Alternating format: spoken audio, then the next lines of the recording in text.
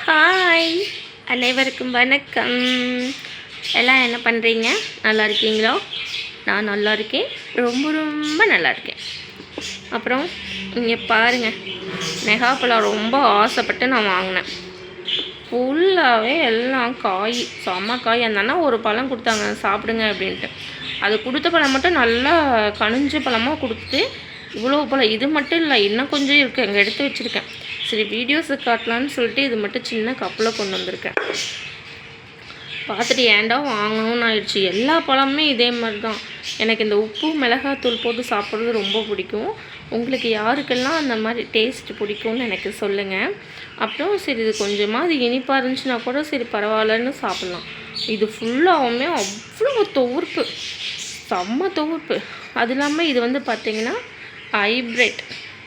சும்மா ஒரு 4 காய் சேர்ந்துச்சுனாவே வந்து பார்த்திங்கன்னா இதுவே 1/4 கிலோ வந்துடும் போல இருக்குது. நான் இன்றைக்கி 1/2 கிலோ வாங்கினேன். கிலோ 200 இன்றைக்கி நான் இதை 1/2 கிலோ வாங்கினேன். அப்புறம் இது கண்டிப்பாக கிடச்சிதுன்னா நீங்களும் வாங்கி சாப்பிடுங்க. ஆனால் செக் பண்ணி வாங்கி சாப்பிடுங்க. இந்த மாதிரி காய் வாங்கினீங்கன்னா பிரயோஜனமே இல்லை. இது நீ பழுக்குமா என்னன்னே தெரியலையே.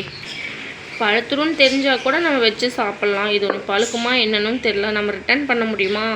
அவங்க வந்து தெருவில் விற்றுட்டு வர்றவங்க, நம்ம அவங்கள போய் எங்கே கண்டுபிடிக்க முடியும்? அவ்வளோதான், 100 ரூபாய் எனக்கு அவ்வளோதான் முடிஞ்சு. அப்புறம் நாட்டுப்பழம் வர்றதுக்கு இன்னும் கொஞ்ச நாள் ஆகும். எப்படி இருந்தாலும் இப்போ தானே இது சீசன் ஸ்டார்டிங், அதனால தான் இந்த அளவுலாம் இருக்குது காய் மாதிரி.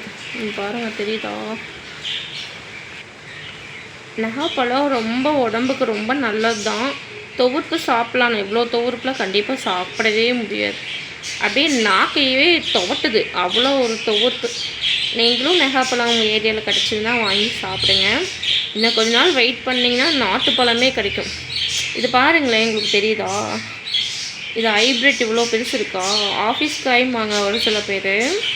இது பாருங்கள், நாட்டுப்பழம்னா இது மாதிரி தான். ஆனால் இதை விடவே ரொம்ப துளியும் இருக்கும். இதுவே பெருசு தான். நாங்களாம் சின்ன வயசில் வச்சு சாப்பிட்ருக்கோம். மரத்துக்கு கீழேயே அவ்வளோ காய் உதிரும். நீங்கள் யாரெல்லாம் சாப்பிட்ருக்கீங்கன்னு சொல்லுங்கள். கிராம சைடு நம்மளுக்கு என்ன சொல்ல வேணும், எல்லா பழங்களும் கிடைக்கும். சரி, ஓகேங்க, பாய். எல்லாம் பத்திரமா இருங்க. பாய்.